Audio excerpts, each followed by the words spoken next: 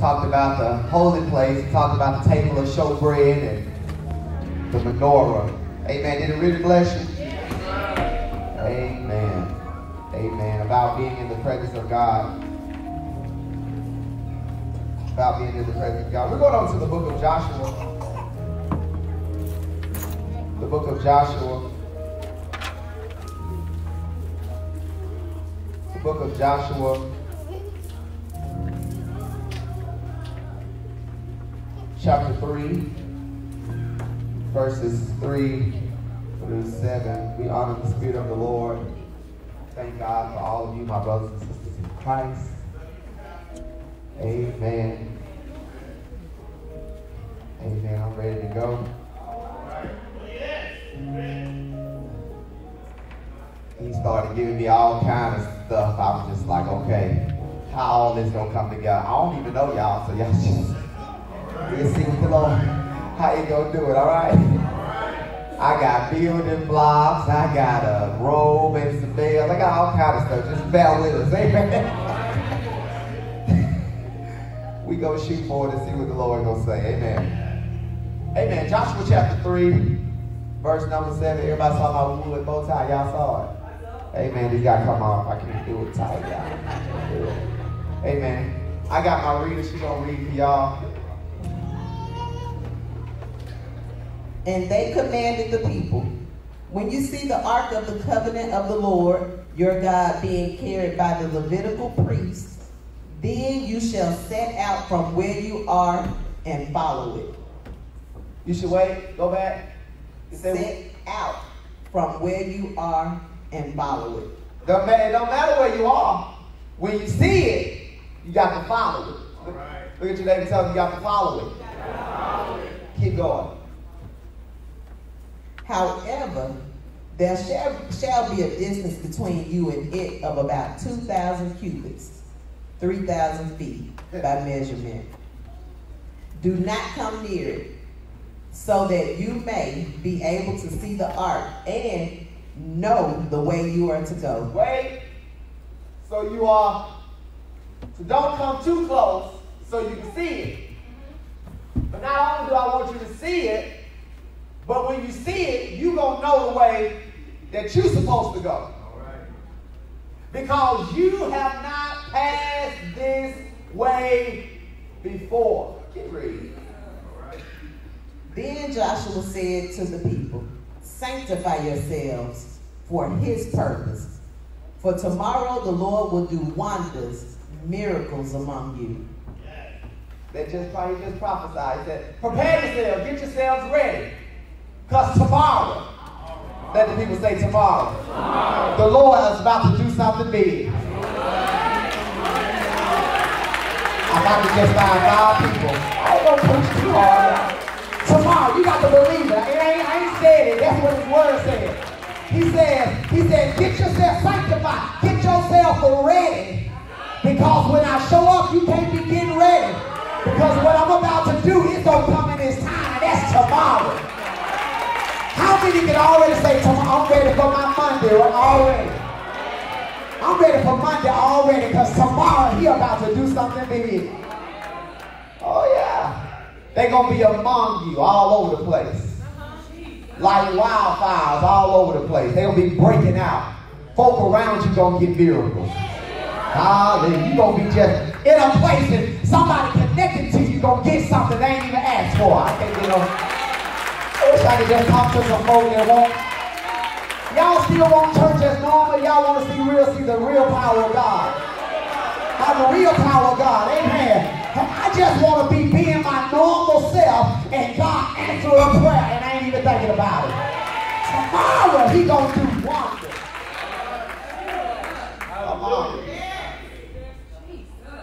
Tomorrow. Shout tomorrow. Shout again, shout tomorrow. You got something to look forward to. Some of you have not been looking forward to your tomorrow, but tomorrow is about to be a new tomorrow. Some of you had headaches yesterday. Some of you had a bad day yesterday, last week. But your tomorrow is about to destroy the cycle that you've been going through. Shout tomorrow. Read verse 6. Joshua said to the priest, take up the ark of the covenant and cross over the river ahead of the people. So they took up the ark of the covenant and went on ahead of the people. Last verse. The Lord said to Joshua, this day I will begin to magnify and exalt you in the sight of all Israel. Wait. You say, Joshua, get ready. Because your day has showed up. I wish I could just find somebody right there. See, last year it was somebody else's year. Yesterday it was somebody else's day. But this day is about to be ours. Somebody been praying, asking God, I'm just waiting on my turn. I just wish I could find somebody right. I've just been looking for when it's going to be my turn. When you going to answer my prayer. When you going to turn my situation around. And God says, this is your day. They don't know. They get ready to know that God is in your life. I wish I could just find somebody. I could go home. I'm done. I really could just not even preach the rest of my sermon. He said, so that they may know that just as I was with who? Moses. I am with who? You. Okay. He with who? Me. Touch somebody and say, this is my day. I let you have yours. But this one is about to be all about me. I wish I could this one right here, just excuse my selfishness just for a moment. This one is about to be all about me. Hey, what you doing tomorrow? I'm getting my nails did, my eyelashes did. I'm going to buy me a new outfit. I'm going to put some gas in my car and take my own self out. Today is just about I wish somebody lay their worries down just for a second. Lay your problems down. Lay your friends down just for a second. And just bask in a moment that's about to be all about you. See, watch this. The purpose of making it to the Holy of Holies is so you can get to your day. See, I've been going through all this stuff trying to work myself up to what? To my day. See, it ain't for no reason. Touch somebody and say, my process wasn't for no reason. It was to work myself up to my day. I went through hell just to get to today. All right, let's go. Lord, we thank you for this word. It's blessed in Jesus' name. Sit down.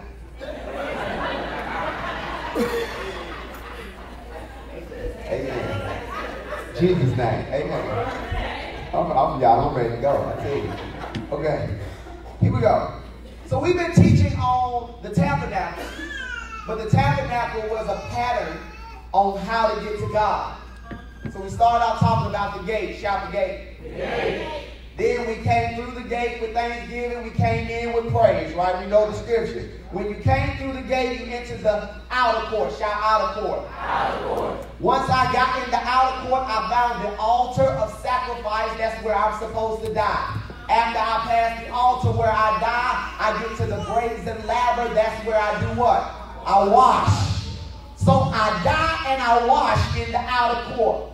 Then after I die and I wash, I come into the holy place. Shout holy place. Holy place. When I make it into the holy place, there are 3 pieces of furniture. There is the table of showbread. Talked about it last week.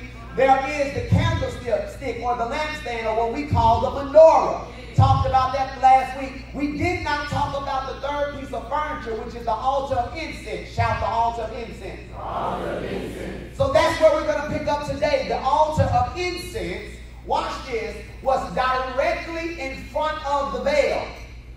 It was directly in front of the veil. Marissa, you will find the picture of the tabernacle. Keep going right there. Go back. So here we are in the holy place here, and there is the menorah, the table of showbread. This is the holy place. Now watch this. Before I get into the Holy of Holies, I have to go by the altar of incense. Shout altar of incense. Altar of incense. The altar of incense has been burning all week long to establish an aroma. The aroma is to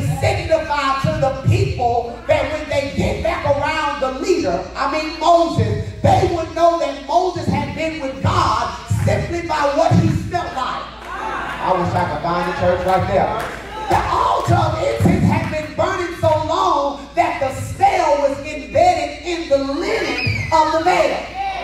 So you could not enter the veil without getting the new perfume or cologne on you called the altar of incense. Everybody with me? Every morning I wake up, I take a bath or do whatever, brush my teeth, and before I leave out the house, I spray on some cologne. Now my deodorant is enough, my soap is enough, but if I want folk to smell me, then I spray on not some cheap cologne, but I put on some good cologne. You know, some of y'all call it oil, some of y'all put on oil de toilette.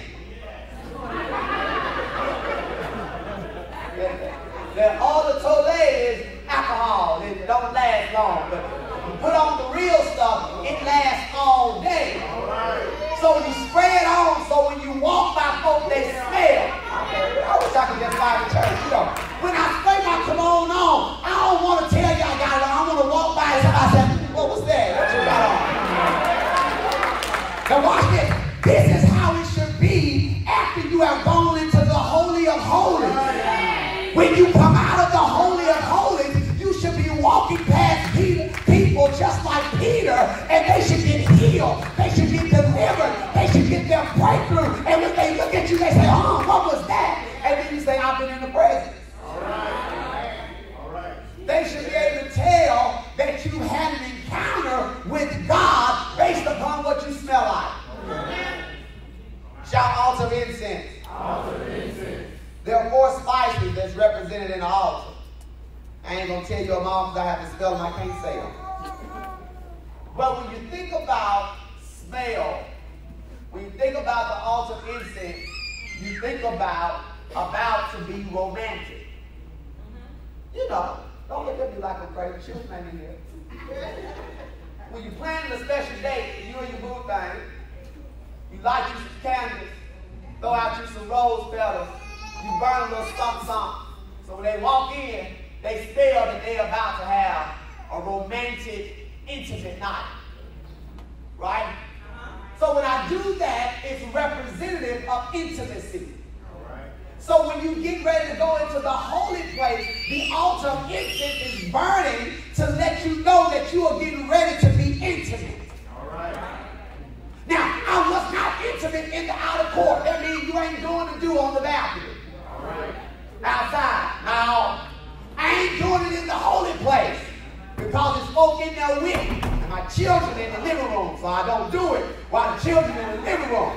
So what I do is I go in my secret room, I shut the door, and I'm able to be intimate there because it's just me and my lover. All right. I wish I could find a church. I'm trying to keep it rated PG. You know?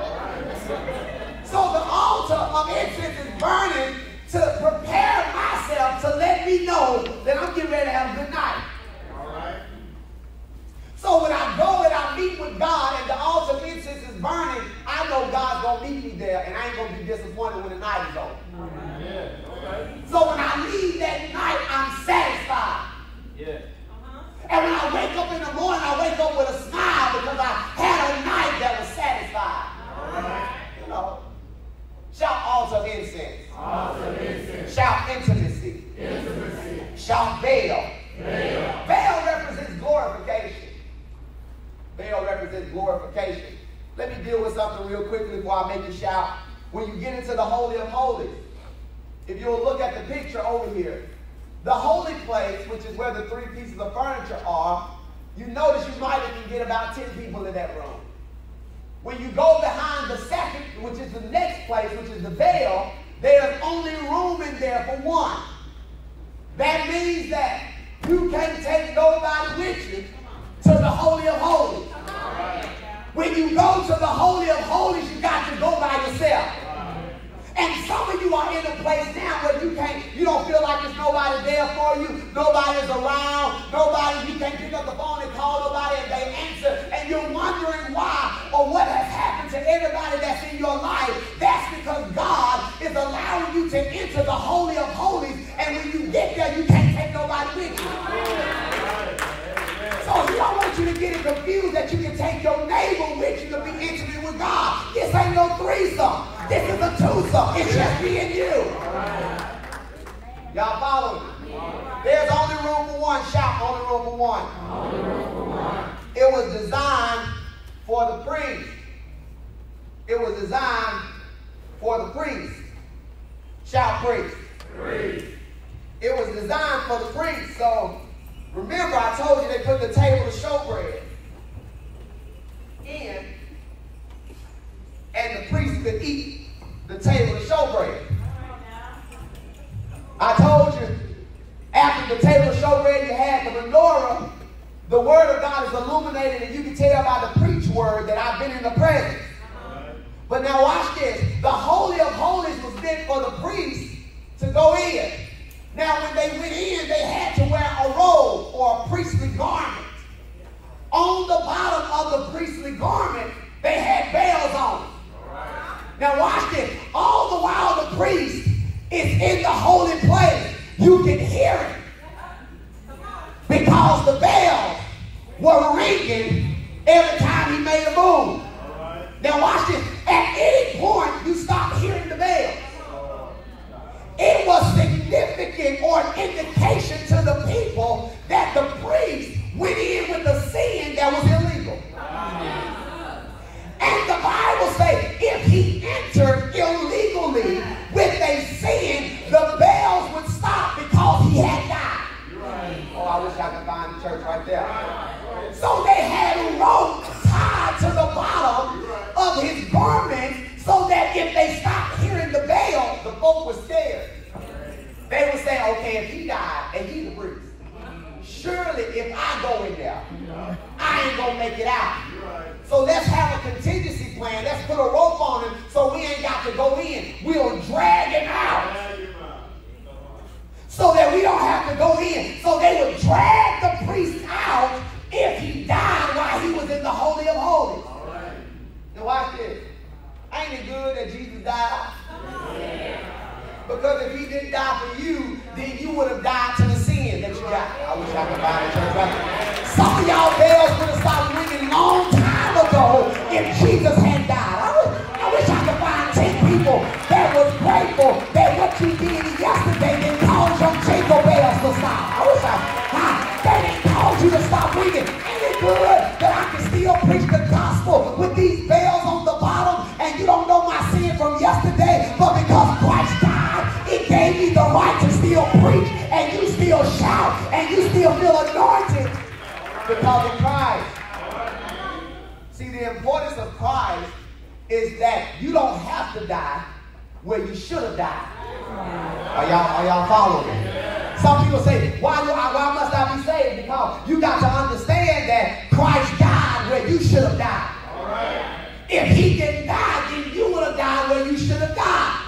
So whether it's in a car accident, whether it was in the club when they got the shoot, whether you slept with somebody should have got AIDS, whether when you had cancer, that cancer should have took over you, or whether you were really sick but God healed it before you knew about it. All of these things that God did where you should have died, you didn't die because of Christ. Somebody shout Christ. Christ. So Christ saved my life. That's why to accept him is salvation. Christ saved my life, gave me the right, watch this, to come before God and not worry about my sin. But you can't be sad and mistaken to think that you can do whatever you want to do either. Well, I wish I could find it. He's also saying that you can't gamble and be the deacon that collect the money. I wish I could find no church over there. I better go back on the other side. You can't be the praise and worship leader and they catch you on snap doing stuff you ain't got no business. I can't get up. Even though you might not die a physical death, you will die a spiritual death because people will start receiving you if they know what you did last summer. Even though Jesus is forgiven, people just ain't that forgiving. I wish I could find the church right there. They don't forgive your yesterday as easy as Jesus did. I ain't got to stand before the saints to get into heaven. Because if I had to stand before y'all, half of y'all and me wouldn't make it in. I'm just going to slow down right there. Ain't you glad that your haters ain't your judge to get to heaven? Ain't you glad some of your family members ain't the judge for you to get to heaven? Ain't you glad that some of your cousins them ain't the deciding factor on whether or not you make it in? Because if they were, baby, you will find out on a bad day that they don't like you for real.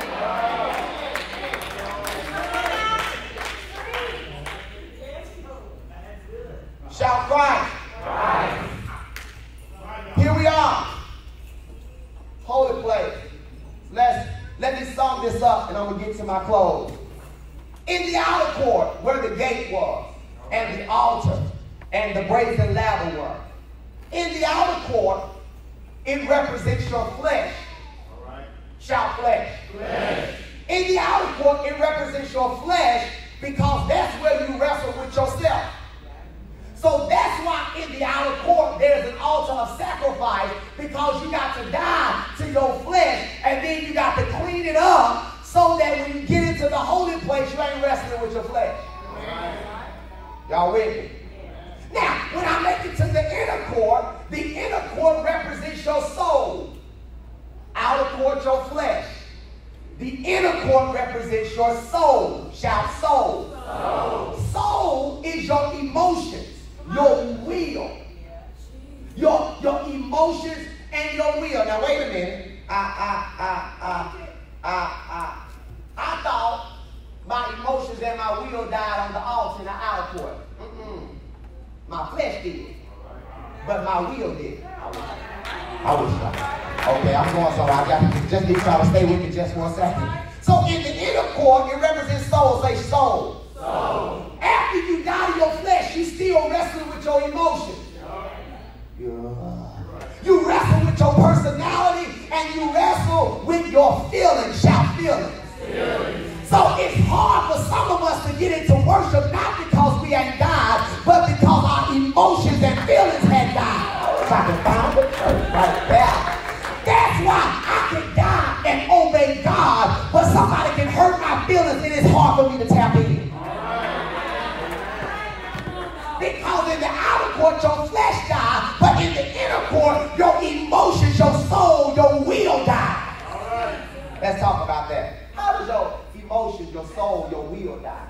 So in the inner court, when you get in the inner court, you experience the menorah. We talked about that. So in the menorah gives you a revelation about yourself. That God don't want your emotions. He wants your spirit. And your soul is a hindrance from him getting to your spirit. So the only way he gonna get you out, he got to kill your soul. Okay. Watch this. So watch this. The menorah is illumination. Shout illumination. Illumination is revelation. Shout revelation. At the lampstand, when you get illumination and revelation, that's when your mind is renewed. You know how we pray, renew my mind, renew my mind, renew my mind. Well, you ain't got no renewed mind if you ain't got no word that's illuminated and gave you a revelation about how you need to change your mind. I wish I could find the church right. A lot of us talk about, I got a renewed mind, but your mind ain't changed because you ain't got a new revelation. So you can't renew something if you ain't got something to replace the old. Oh, did y'all just hear that? So if I'm going to get a renew, I got to have something to replace. So watch this. So then I get at the table of showbread. I'm trying to tell you how you kill your emotions or your will. So I get a revelation. Then at the table of showbread, he feeds me. That means he satisfies me. So he got to give me a revelation. Then he got to satisfy me because my satisfaction deals with my emotions. So if I don't have a satisfaction, I'm still going to be in my feelings. So I got to satisfy you so you can come out your feelings. So I send you to the table of showbread and I feed you what you need to be fed so that you don't be in your feelings because you're satisfied. Right. Shout satisfied. Satisfied. So after you get a revelation and you are satisfied, at that point you become free from your emotions. Okay. Now, like I said, we thought thought that our will dies when we died on the altar. Our will is tied to our feelings. I have to slow down. My will is tied to my feelings. If I don't feel it, then I'm going to do my will. I'm just trying to wait. Most folks say, I'm telling the Lord, it's His will, it's His will, it's His will. But some of y'all, when you don't feel it, you don't do it. So you still in your will as long as you don't feel it. I wish I could find the church right there. So as long as I'm in my feelings, I'm in my will. But when I come out of my feelings, I can step into God's will. And a lot of us are trying to get in His will, but we can't get there because our feelings in the way. Okay. I'm going to prove it to you, don't worry. The only way to get rid of your will, you got to receive a word, which is a revelation. Then you got to be satisfied, because satisfied kills the spirit. I mean the feelings, the emotions. But watch this. This means you cannot walk in the spirit until your will dies. Your will won't die until you're free from your feelings and your emotions. Okay. I wish I had given the scriptures. Everybody remember the story where Jesus took Peter, James, and John into the wilderness and he was going to pray. And he says, I need y'all to stay up and pray for me because I'm about to go through some stuff that I'm going to need a little prayer support. You know. So he said, I'm going to go on in a little farther. I need you to stay out here and pray. So he went in to pray in the Holy of Holies. He came back out and they were still asleep. Now watch this. His first response to them being asleep was, now, all this stuff I did for y'all, at least you could have prayed when I asked you to pray. You didn't tell me I paid your bill last month, or I helped you get some gas money, or I fed you, but when I called you to pray, you couldn't at least pray. I was earlier. You didn't tell me every time you call me, I answer the phone, and I talk to you for 2 hours, but when I need you for 15 minutes, and I call you, you don't pick up the phone, at least you can do. I wish I could find the church right there. Every time you need me, I'm there, but every time I need you, you ain't there. There's a problem with this. I wish I could find the church right. I know I got about 10 people in here that have said that in the last 6 months, you are always giving. But when you need something, ain't nobody there to deal back what you done gave out.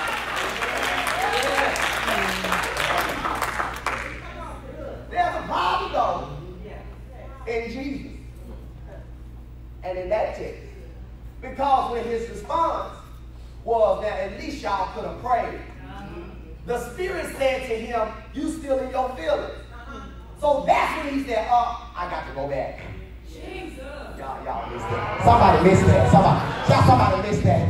Jesus realized that he was still in his emotions and feelings, so he knew that he didn't make it far enough in. So he says, you know what? Never mind. I don't need you to pray. I just need to get to job. I wish I could find it.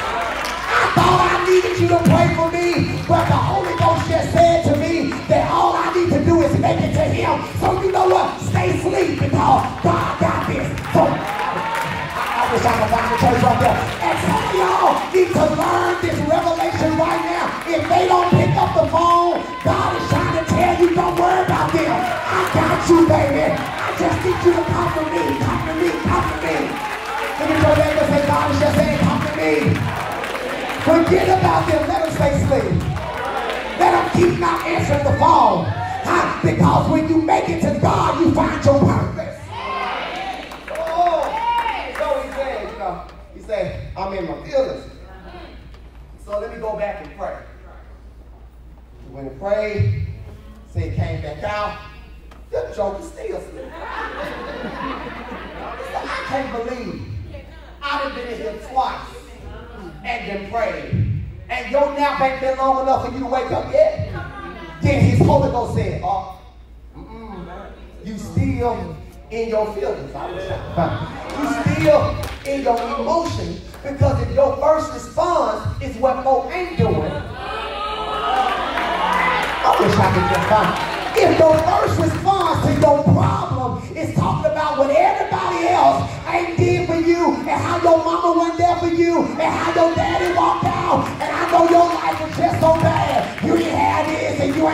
if your first response is that, then you are still in your feelings and in your emotions, and you got to go back again. So Jesus said, you know what?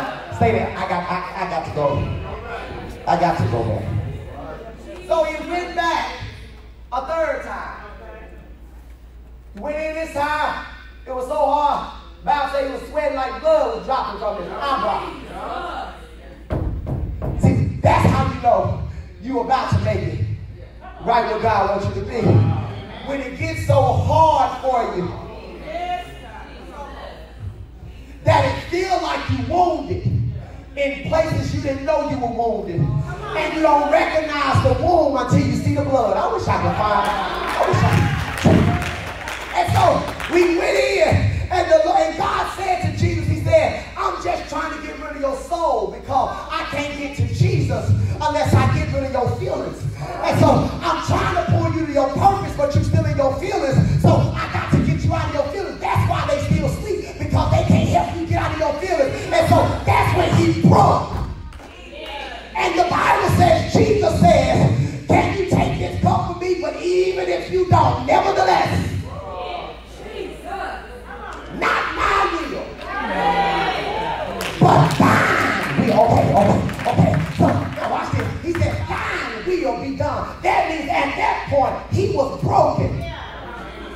He was open.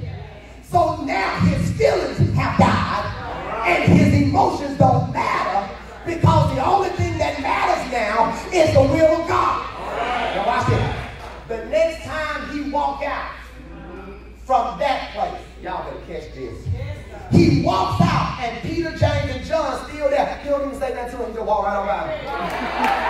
I wish I could just find about 5 people. And God is saying, if you've been depending on some folk, and every time you called them, they wasn't there, God said, I was trying to open your eyes to something. So this time when I bring you out and you go back again, just keep walking. I wish I could talk. Just keep, don't say hey, don't say bye, don't say what you're doing. Just keep on moving. And when they look up, they gonna notice you done passed them by.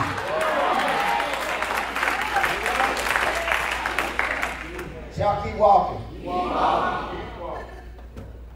Shout again, keep walking. Keep walking.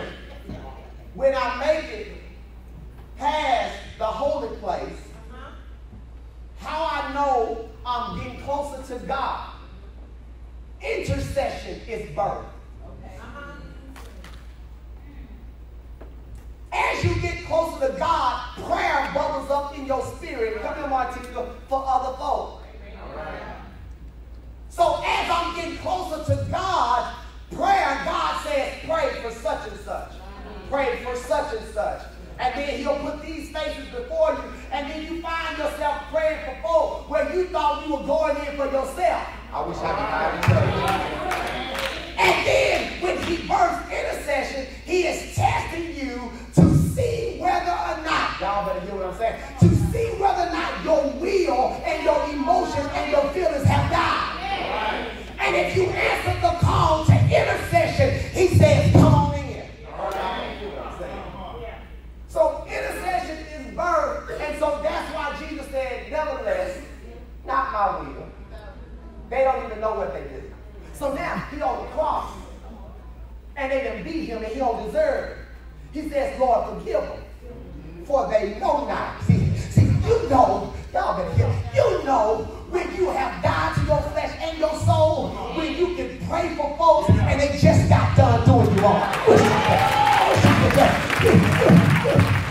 You want to be mad at them, but you can't. Just something in your spirit say, you know what? They don't even know who they messing with for real. So Lord, forgive them because they got to be foolish. You know, Lord, just bless them anyway because they got to be going through some. So when intercession is birthed for your enemy, you know you made it into the Holy of Holies. Because when you make it in, God calls you to prayer for the folks you dislike the most. You pray for that coworker that's been getting on your nerves 6 months. All right. You pray for that family member you can stop answering the phone for.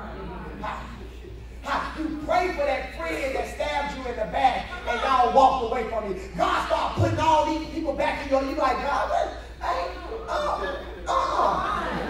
and he said, pray for Because see, the way to your day and me answering your prayer is I got to know that your emotions, your feelings, and your will is gone. And the greatest way to test that is to test it by using you to help people you all like. Touch your neighbor, say, neighbor, God's been testing me the last 2 weeks. I didn't know what it was, but he's been testing us. I'm telling you, them jokers, I didn't want to say no prayer for. I didn't even want to say Jesus help. But something came out of me that said, you know what? Lord, bless them. Bless their family, bless their marriage, bless their money.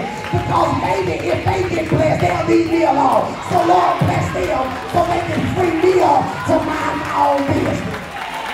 I wish I could just find a church. I need some folk that's willing to pray that prayer. Bless them so they'll leave me alone.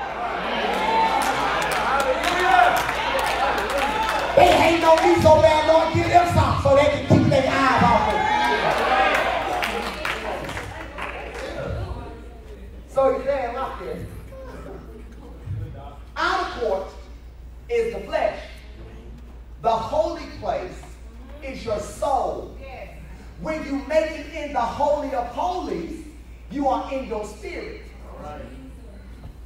Flesh, soul, spirit. Remember, every time God does something, he does something with everything in mind. So he built the tabernacle to represent the 3 parts of your body.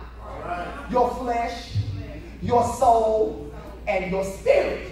Shout flesh, soul, spirit. Shout again, flesh, soul, spirit. Okay, here we go. Now, going back to the gate. The gate is your entrance. Shout entrance. When you look it up in the Hebrew, it's translated way. W-A-Y. Way. So the gate is translated way. Shout way. The holy place. Y'all better stay with me. In the holy place, he built it with 5 pillars. And he put curtains in between the pillars. Everybody see it? Yeah. 5 pillars, and he built curtains in between it. The 5 pillars represent the 5 ministries. So he was showing you that any thriving church, you got to have the 5 ministries functioning. What are the 5 ministries? They are the apostle, the prophet, the evangelist, the pastor, and the teacher. Everybody remember that? And he had made some to be apostles, prophets, evangelists, pastors, and teachers, right? So here we are. Those 5 ministries represent the truth. They represent the truth. Shout truth. True. So I want you to hold your hand up. That's how he gave it to me. How do you understand the 5-fold ministry? The apostle is the thumb. Do your thumb like this. The thumb has the ability to touch all fingers. Y'all with me? So the apostle has touched all parts of those 5-fold ministries. They have been a teacher, they have been a pastor, they've been a prophet, they've been an evangelist. Y'all with me? They've been an evangelist. So the only way you can be an apostle is if God has used you in the other 4. So if you ain't never taught, if you ain't never been an evangelist, if you ain't never prophesied, the devil is a lie. Ain't nobody called you no apostle. How is it that we got apostles that ain't even pastors yet? Oh, I'm going to go back up here. The apostle is the thumb. He touched all of it. Now watch this. The thumb is the strongest out of all 5 fingers. That's why when you wrestle, you do the thumb wrestling. Because if they can get your thumb, they can get your strength. If somebody cut off the thumb, you can't hold on to nothing. I wish I could find a church right there. And so if they get rid of the thumb, then the church is defenseless. So every church has to have an apostle, because if they don't, then they are defenseless against the enemy. Y'all ready? Let's keep going. So the apostle is the thumb. Shout apostle. The index finger is your point finger. That's the prophet, because he says, thus says the Lord. I wish he points at you because you know you're about to receive a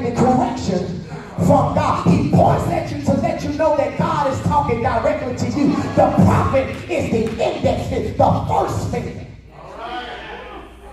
Y'all with me? So here's the prophet. Next finger, this is what I like, y'all.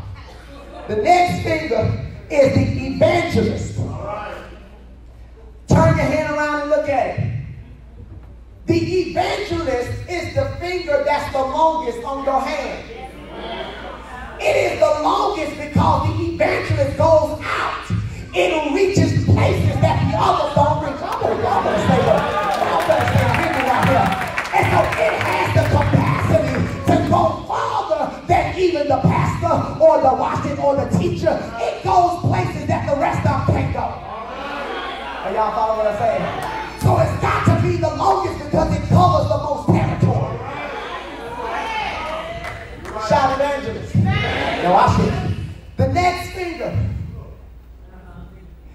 they call it the pastor because the pastor finger is your gentle finger.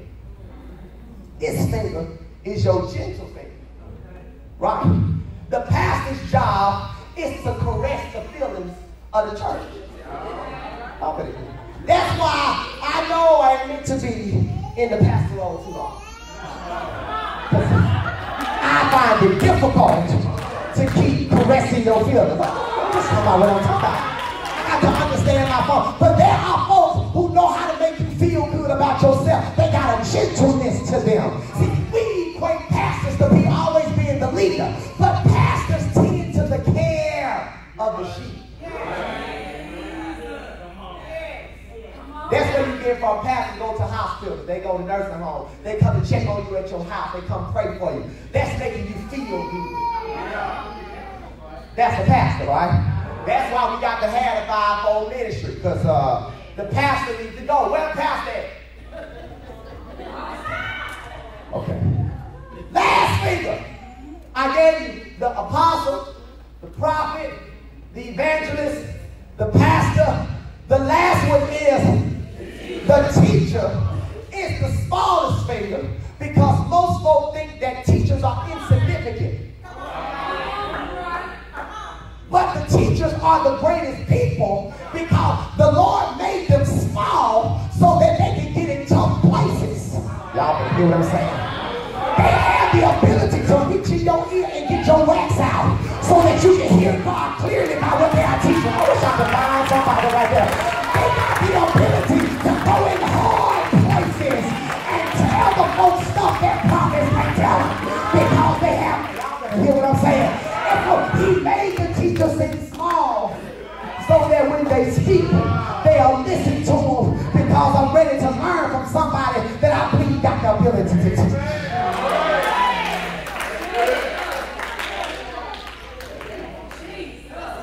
Y'all with me? Do you understand the fivefold ministry? Okay. So now, the five of them together, catch this, y'all. He's so good. I got all five of them in the church. This is how the church becomes powerful because now the five of them make the hand of God. The hand of God can't be on the church if they ain't got the fivefold ministry. So I need the entire hand so that I can have the hand of God. Y'all know what I'm saying? And so if I want the full power of God, I got to have the fivefold ministry. Giant of God. There's a benefit to it, y'all. There's a benefit to it. When you go back and read Ephesians chapter 4, and it's talking about all of this I just said, when you go on down and read, they give you 7 benefits to the fivefold ministry being in operation. Then I'm going to shout you, I'm going to go home. Okay. The first benefit of the fivefold ministry is it births maturity. I'm going to give them to you all. You go back and read the scriptures. Ephesians chapter 4, verses 12 through 16. Maturity. Number 2, it establishes faith. Number 3, it makes you rooted and grounded. Number 4 is my favorite. It frees you up from deception. You can discern a fake from a real. Number 5, the fivefold ministry benefit gives you the ability to speak the truth. Number 6, it gives you constant growth. And number 7, it brings harmony and oneness with your God. Wow. So now let me keep going. Okay, we got the outer court, shout outer court. Outer court. The next place is the inner court, what they call the holy place. Shout holy place. Holy place. In the holy place, there's revelation, the lampstand. There's satisfaction, the table of showbread. Watch this. And then there is where I want to be, the table of incense. Wish I had brought something so y'all can see. The incense keep on burning all day. Represents your worship. You haven't worshiped God until you make it to the incense. The aroma from the incense is significant of the cloud of glory, which is significant of your worship atmosphere. Okay. Now, let me go home. The last set of curtains there, they call it the veil. Shout veil. Veil. It's going to bless you. It bless me. I shout. You might not shout. Maybe it's me. The veil, translated in Hebrew, is life.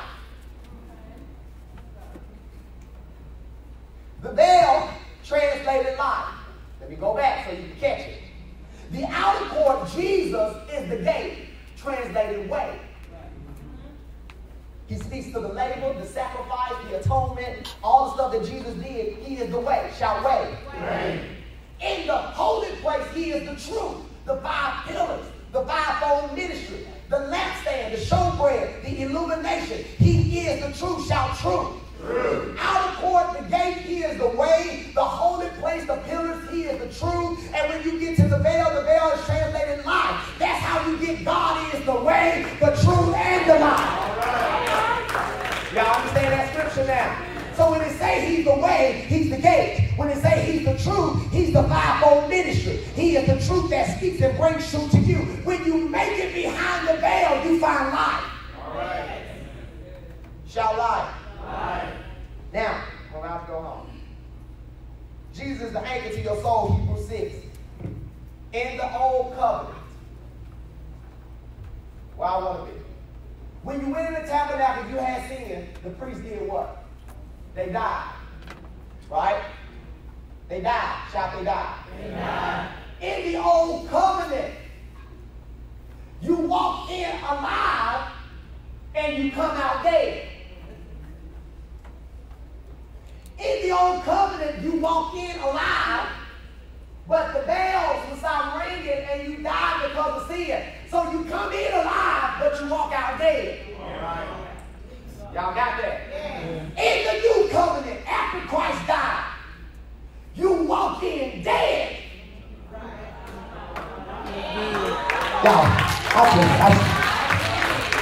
You walk in dead, but when you come out alive. Right? In the old covenant, you come out worse than the way you went in. But in the new covenant, you come out better.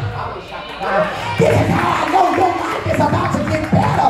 Because God is saying, in the new covenant, you come in one way that's dead. But when you leave out with life. Shout life. Here we go. Put up the Ark of the Covenant. I'm done. Right there. Ark of the Covenant. That's in the Holy of Holies. I thought this was amazing because they call it the mercy seat. Right?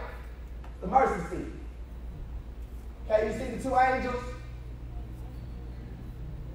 See these 2 angels here? These angels are the guardian angels that protect the glory of God. This top piece covering the altar, that's what they're calling the seat. Now, that top piece comes off and it holds contents on the inside of that ark. Guess what's on the inside? 3 things, write it down. Manna, number 1. Manna is the number 1. The second thing is the table of commandments. The broken table of commandments. Number 2. Number 3, it has Aaron's rod that has budded in it. Why are these the 3 things in the Ark of the Covenant? they all speak to the rebellion of the people. Talk to you about it. On the mountain, Moses went up to find God's glory. He came down. They had built idol gods. They had rebelled. You with me? They had rebelled against him, built idol gods. And so he had gone up to get the table of commandments, the 10 commandments. But when he come down, they had rebelled, so he broke them and said these are useless. So they placed the table of commandments in there to signify the people's rebellion, shout rebellion. Yeah. The next one you see manna. Manna is when the children of Israel was in the wilderness and they said that they were hungry. Let us just go back to Egypt. And God fed them manna. Then they complained and said, we don't want no bread. We want some meat. Give us some meat. And God said, you ungrateful people. So he gave them meat, but he cursed the meat. Rebellion, number 2. Then the last one, Aaron's rod that has budded. The people of God got so mad at the fact that God was using Aaron that the people started saying, we prophets too, we prophets too. And God said, yeah, y'all might be able to prophesy, but Aaron is my prophet. So when he hold up his rod, whosever rod buds is the one that I have chosen. Right. And Aaron's rod budded, which was significant that he was the chosen one. They were not. But they wanted to do it their own way, so it represented their rebellion. Shout rebellion. Rebellion. Now, what is the good news about this? All of that rebellion, God took it and he hid it in a box. Come on. He hid it in a box and he covered it up. So that the people that experience your life, they don't see your rebellion. Somebody should shout like that. He took all your mess and he hid it in the contents of a box. Watch this. And he placed a mercy seat on top of it, which is significant of what Christ did. He said, I knew you were going to make mistakes. I knew you were going to rebel. I knew you were going to be bad in your own vein. But I'm going to take, watch this, your mess up, your rebellion. I'm going to hide them in a box. And then I'm going to put mercy on top of them to remind you that Christ came to give you grace. Y'all don't believe it. Y'all don't believe it. They in the Holy of Holies sit on the mercy seat. But if you go back to my last picture, Marissa, y'all see? I'm sorry, I've been in the presence. Go back to the other one. Right there. This is the gate, the poles to the holy place, right? How many poles up there? 5. 5 is the number of grace. So when they entered the holy place, he gave them grace. When they got in the Holy of Holies, he gave them mercy. So by the time they made it in, they got grace and mercy. So he's showing you that I've been with you all along. You just didn't notice it because I've been giving it to you a little bit at a time. Okay. So he said, I said, okay, why you give me all of this? Then he gave me the crazy stuff. Can I get somebody that ain't praying with tongues? I said, people are asking him, and he's ready to respond. I want him.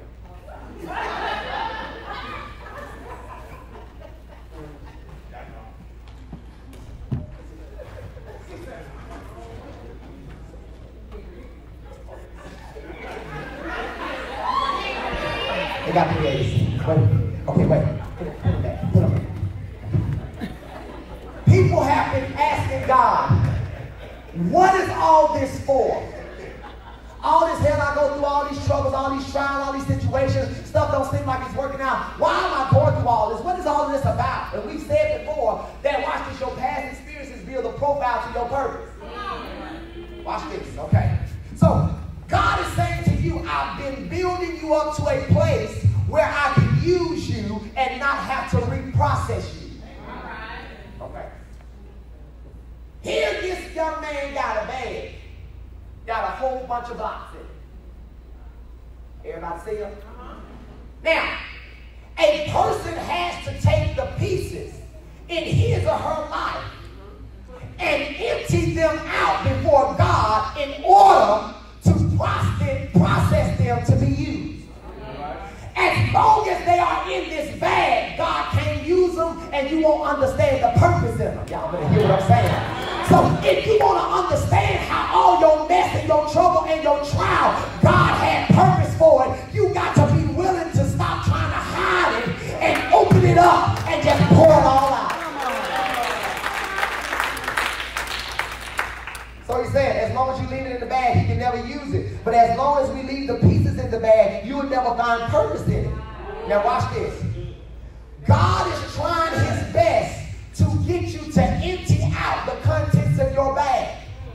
But we are steady trying to, watch it, to keep the pieces contained in one centralized location. Okay. That didn't make no sense. So I said, what are they saying? I'm trying my best, God, to hold it together. And God is saying, I ain't called you to hold it together. He said, I called you to empty out what has fallen apart. So I can teach you how to be a builder of broken pieces. I wish I could find a church right there. I'm going to teach you how to put stuff together and make it work for your good. So when the scriptures say all things work together for the good of them that love the Lord, God is saying, I ain't going to work it out. I'm going to teach you how to build it and make it work out for yourself. So here he is now. Y'all catch it, y'all. He done poured them out. But they still ain't serving no purpose because he ain't put them together.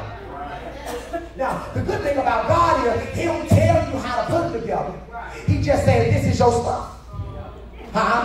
He don't give you no manual, no script. He don't tell you how one problem is connected to this problem, is connected to that problem. He don't tell you none of that. He just says, I've allowed you to go through this process, and it's up to you to pour it all out and start putting it together.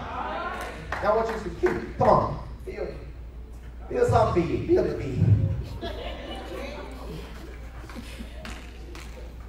Now don't worry about how you're stealing. God is so good. It don't matter how you put your pieces together. Just keep building. Keep building. Look at it. Keep building. He ain't reading no manual. You know how we do. Don't read no instructions. Just go. We know when you got building blocks, you're supposed to build something tall. Build it high.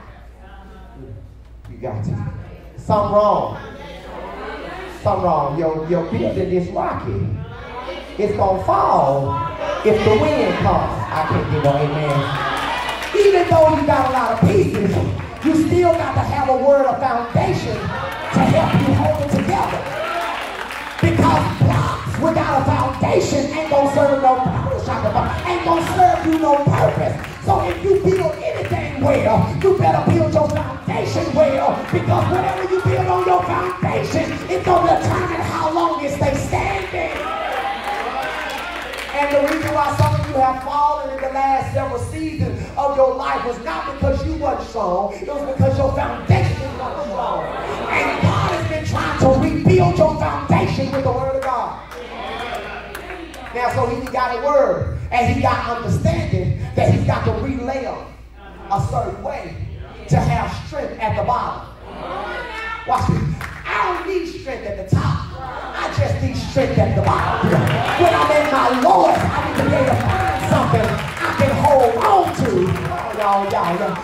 So that I won't lose my mind when I'm down low, so that something in my spirit tells me to get up again.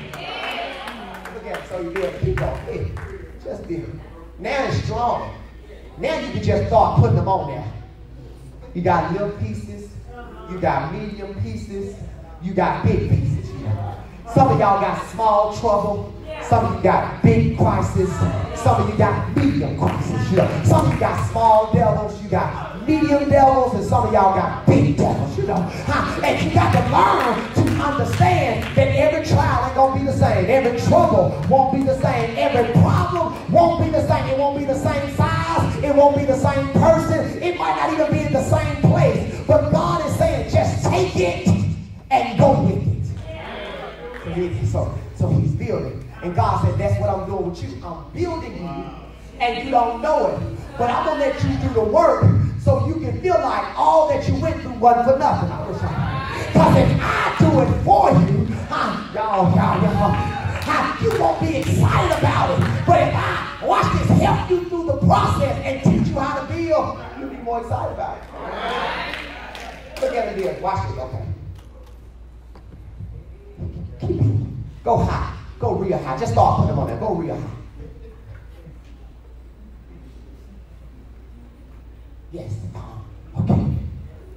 The Lord says, he says, as long as you leave your contents in the bag, your enemy is controlling. Watch this, y'all. I got to say it like he said it. As long as you leave your contents in the bag, God said the enemy is controlling your end result.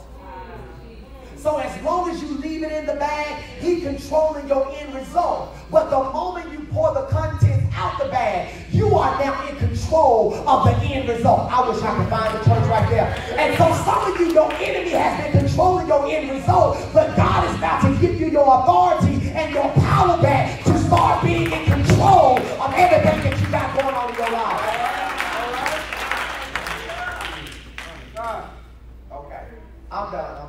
I'm done. Keep it. Just step. I said, well, what's the purpose of taking me through? I done died. I done cleaned myself up. I done made it in. I done cried up in my emotions. You had to kill my emotions by making me go through all this stuff. Then all my friends, they ain't trying to help me. And I'm steady pouring in the bowl. Ain't nobody pouring into me. I'm steady giving out. Ain't nobody giving. Why me? And so he said, I'm building. A builder. What does that mean? He said, tell them their contents was in this bag. Broken pieces, but usable. When you start using them, put that in that bag.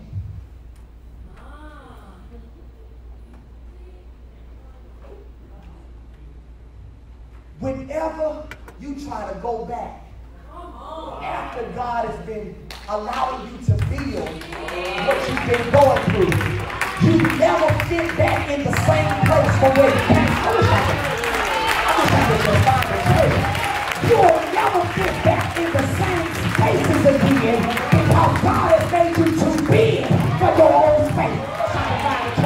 And God has been trying to tell you, he said, I'm trying to get you into a bigger and a better place, but you still trying to hold on to the small piece.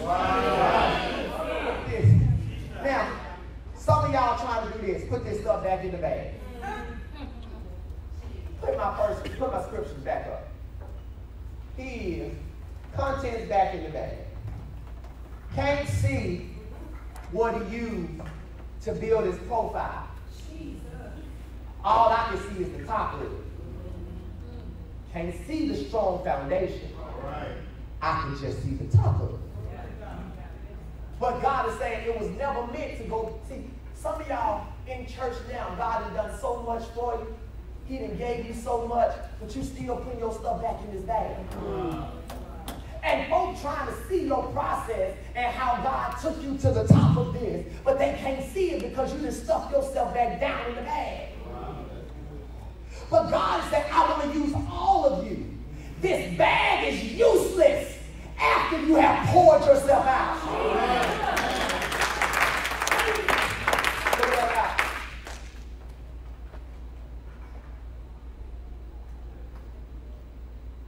So I stand back, put it up. Okay. Move to the next verse. Move to the next verse. Right there. Then Joshua said to the people, sanctify yourselves for his purpose, for tomorrow the Lord will do wonders among you. I just got to prophesy to 5 people that believe what I'm talking about.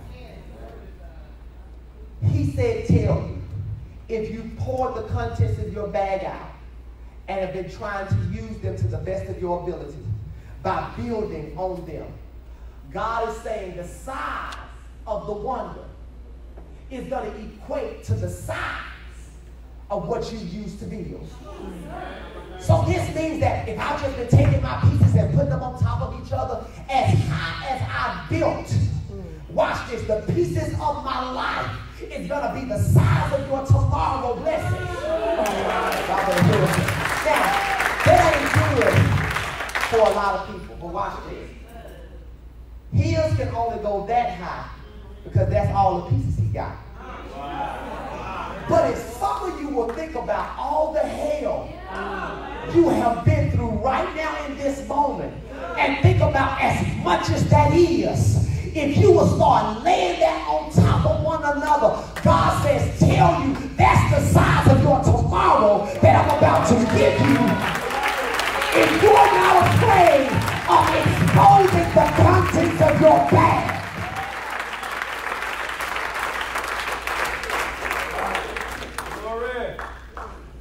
Just tell them they can't go back to their own space. They don't fit there no more. You've been trying to go back to the same crowd, and it just don't work. You be like, what's going on? We just ain't meshing. No, you done grew up, you done got bigger. They stay small, you done got bigger. I can't get an amen. You went to a place and you used to enjoy it, but now you don't enjoy it no more. You was drinking them Coronas, you was drinking them and drinking them and drinking, throwing them down, but now you can't even drink with one. You done grew to a bigger space than what you were before. Now God has been using your pieces. You ain't even recognize it, but he's just been laying on one on top of another. And you look back and God is saying, today is the day for you.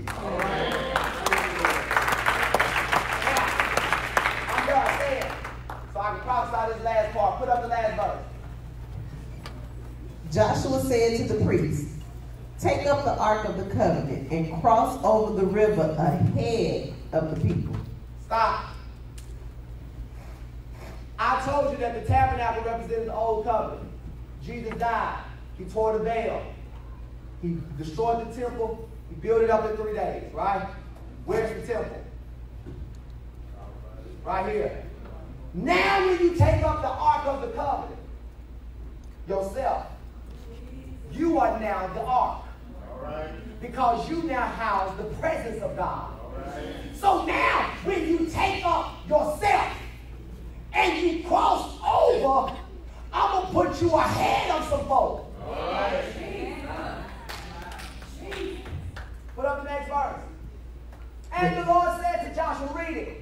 This day I will begin to magnify and exalt you in the sight of all Israel, so that they may know that just as I was with Moses, I will also be with you. Notice, we start out talking about the ark being an object or a monument or whatever. When you get to this particular verse, he starts talking about the person. He's no longer talking about the ark, he's talking about the person. And God is saying, because you've allowed me to grow in you to where I am the presence that walk with you, he says, I'm no longer going to be blessing, watch this, the ark, I'm going to be blessing you. God remember the story when David got the ark back, but he was so scared of it that he touched it, he was going to die, so he dropped it off at his cousin's house. And his cousin started getting blessed. And David said, oh, wait a minute. Now, you weren't blessed like that time I dropped out the ark. So, you know, he said, go and get that ark. Then he said, baby, yeah, I'm going to go and get it myself. Because if anybody deserves these blessings, it's got to be me, because I done been through hell. Wherever the ark was, so was the blessing. So why have I been teaching on the tabernacle? Because now you house the presence and the might of God.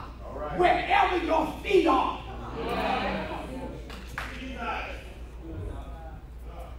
Wherever your hands touch, I'm prophesying now, y'all better receive what I'm saying. Whatever your feet step on and whatever your hands touch, God said, I'm going to bless it. Because it is no longer you, but it's I in you.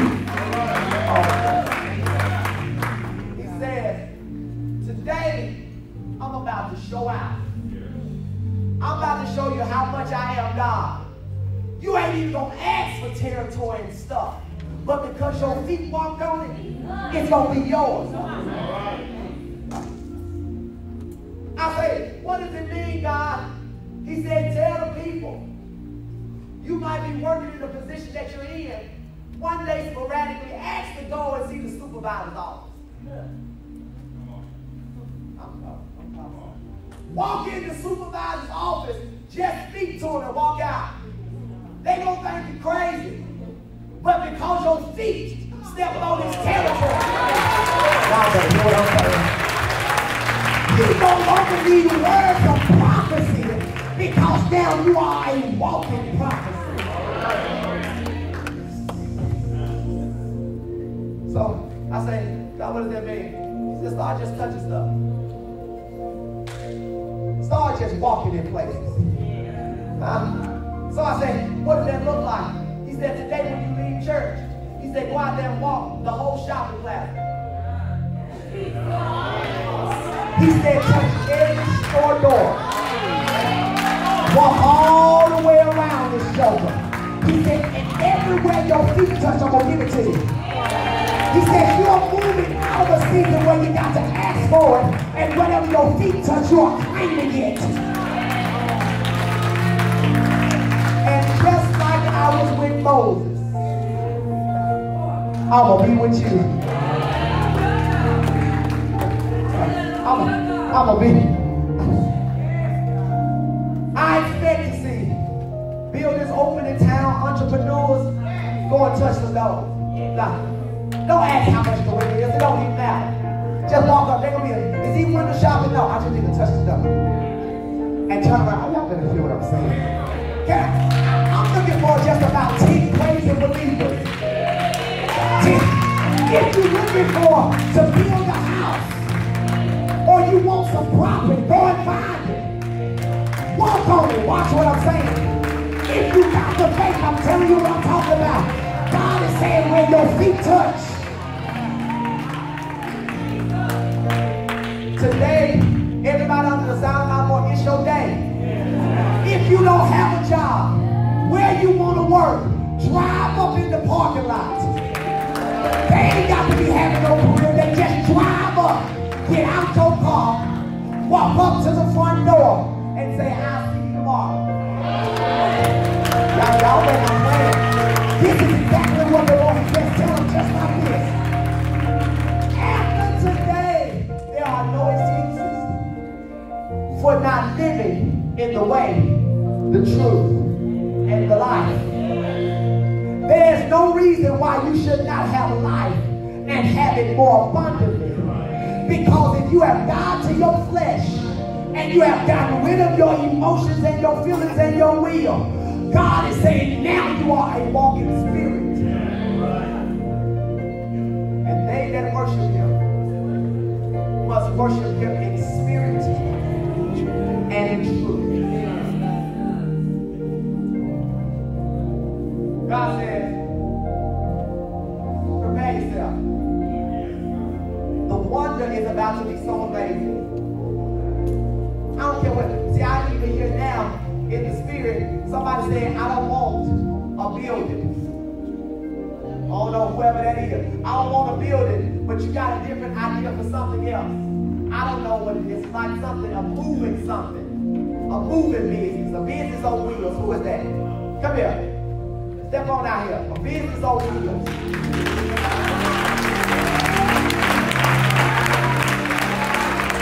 Lift your hands.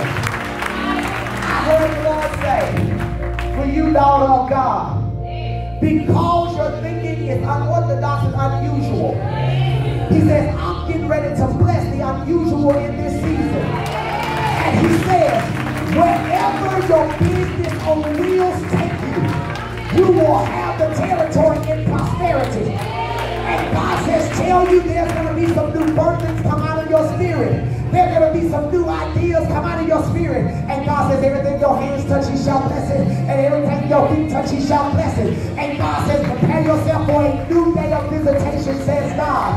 God says, I'm going to give you crazy thoughts and crazy ideas. And folks going to think you crazy. But after they see the blessing, they're going to know that it was God.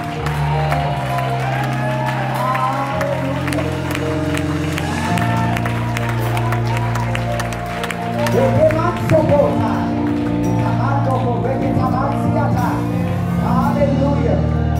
If you got crazy faith, just step out somewhere. I'm telling you what I'm talking. I can't tell you nothing I had experienced. Y'all can go and tell me tomorrow. I'm going to drive today. I'm going to drive walk up on the steps, and turn around and go back out. Somebody catch that on the way home. That's what I'm going to do. I'm going to walk around this entire plaza today because God has shown me the erection of the church in the city. And God has shown me many of you who will erect businesses in the plaza. And they shall be blessed. Y'all don't see what I'm saying. Not the church, your business, your idea shall be funded by the kingdom of God. God, I just heard the Spirit say, some of you, God has given you the anointing for traveling. It's going to be an unusual anointing for an evangelist. And it's not for you to go and preach in the church, but God says you're going to be a walking evangelist, and I'm going to give you the finances to travel, and you're going to ask God, why am I allowed to go to so many places? And every person you come in contact with, God's going to give you a word for. If that's you, if you like to trade, you desire to travel, raise your hand. Your hands lifted. We prophesy that God opens doors for you. He brings resources for you. He opens rooms for you. And I declare that the ministry of the evangelist, unusual anointing shall be upon your life. And God shall give you favor. And God shall give you a great anointing to go out into all the world and spread the gospel and the good news that God is still on the throne.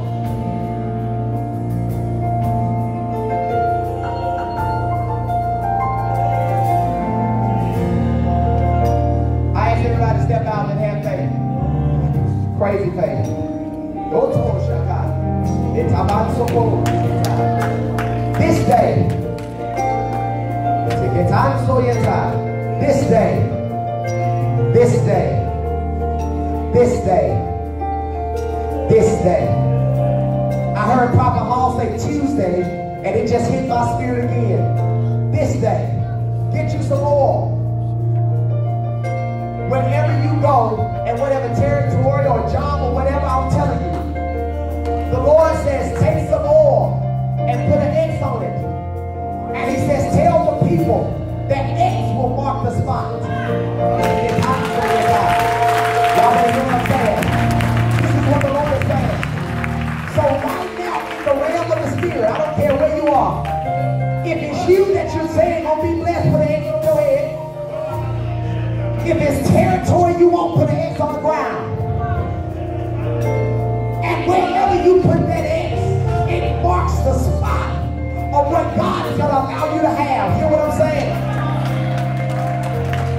So when you leave out of here today and you ain't got no oil, go and buy this line of oil from the people with it. Bless it by saying, Lord, bless this oil with your grace and your favor. In Jesus' name. After you do that, it's blessed. Because see, the power ain't really in the oil. It's in the God that you believe in. So it's in your obedience to what God is saying anyway. So you take that and you put it on the land, on the house, on the supervisor's office. I don't care where it's at. On the store that's empty. On the building that's empty. I don't care what it is. Whatever you're looking for God to do, it's going to mark the spot. Everybody hear what I'm saying? Because this is the day that God changed your life forever. You cannot go back in that bag.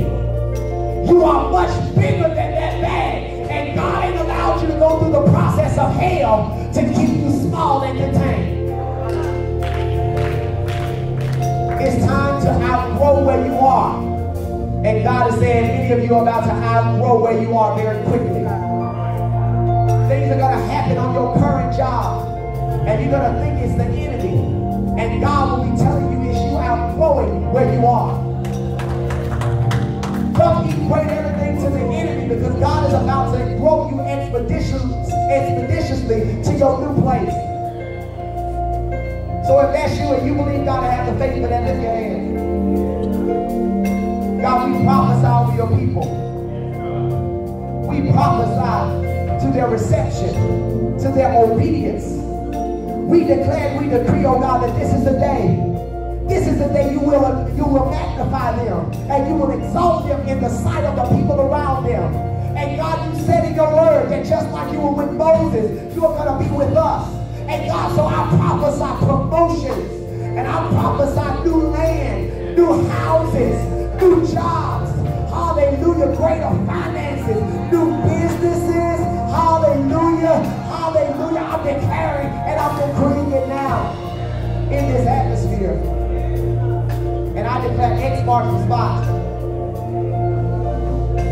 I even hear the Lord saying, family members or friends that you're worried about, ask them politely, say, hey, do you mind if I put some oil on your head or on your hand? And if they say no, put eggs on it and watch them come back to church. Watch them get saved. Watch them give their life back to Christ. Watch God give them a job. Watch God turn their life around. Because if you, watch this, have burnt out intercession for somebody else, God is going to honor your prayer request. Even in this season. He's doing something unusual and amazing. And I'm excited. And God has spoken so strongly. X marks the spot. X marks the spot. Close your eyes and see it. It marks the spot. It marks the spot. Today he's about to do a miracle for you tomorrow. By the time you make it there, it'll already be yours. Not literally, but in the spirit. Then when it happened, you know it was God. See it. Some of you got to see it to believe it. See it. See what it is. Some of you have been placing limits on your own life. Some of you have been holding your own self in a box. That ain't been God, that's been you. And God is calling you higher. He's calling you to greater. He's calling you to much more than what you have now. God is about to do it. Hold your neighbor's hand. Prophesy to your neighbor. Say, neighbor. Today is your day. Today is your day. If they ain't smiling, drop their hand, go somewhere else. Because that means they ain't receiving. You want somebody that's in agreement. Where two touch in agreement, God says he's going to be right there. You need somebody that's in agreement. Huh? But if you don't want to hurt their feelings, tell them today is the day, and then look and find somebody else.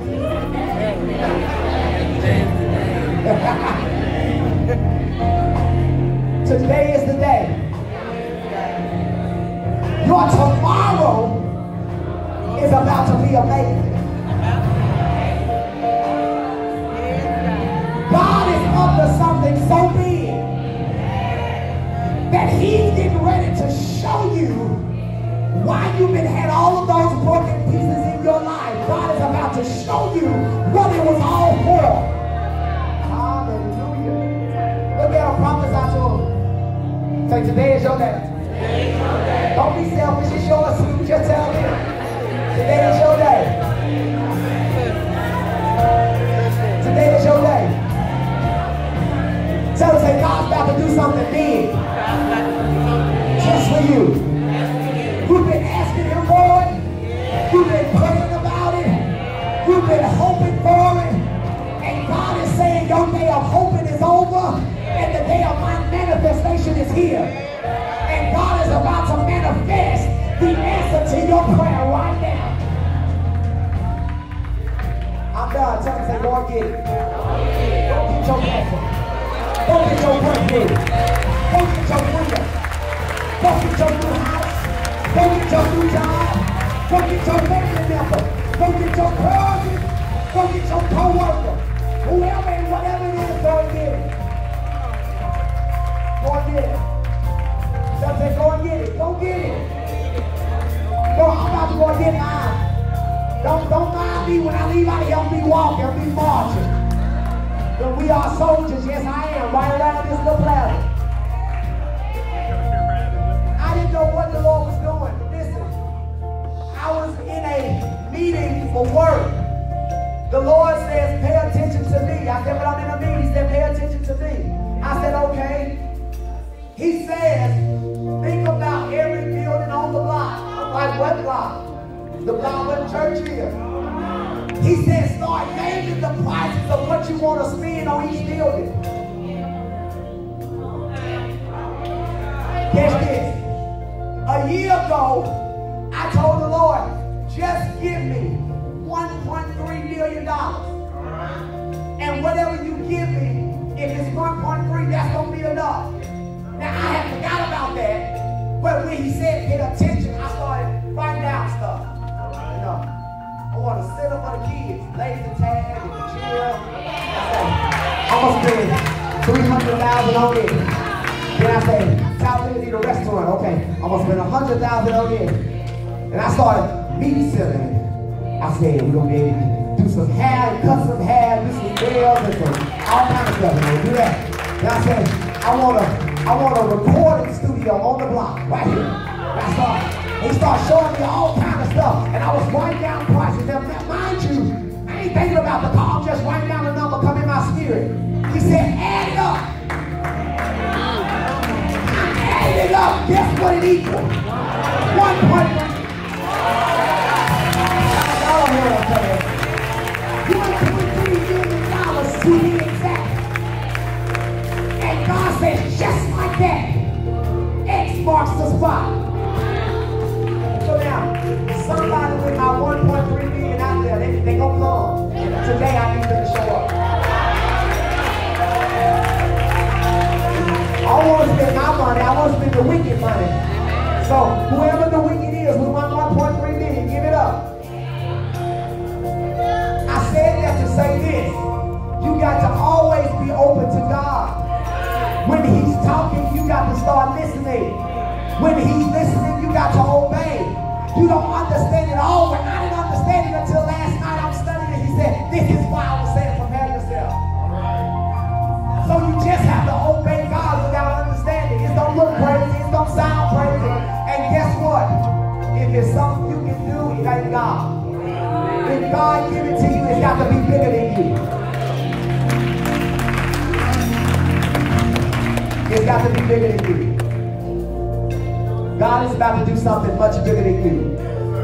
It's got to be bigger than you. That's the only way it can be God. Say, I receive it. I receive it. I receive it. I receive it. I receive it. Greater is coming. It's on the way. No, Lord, it's already here. Y'all stop crying. Put on the big smile. I'm telling you, your tomorrow just changed. While I was preaching, your tomorrow has turned itself all the way around. Hug somebody. Say, I'm happy for you. I'm happy for you.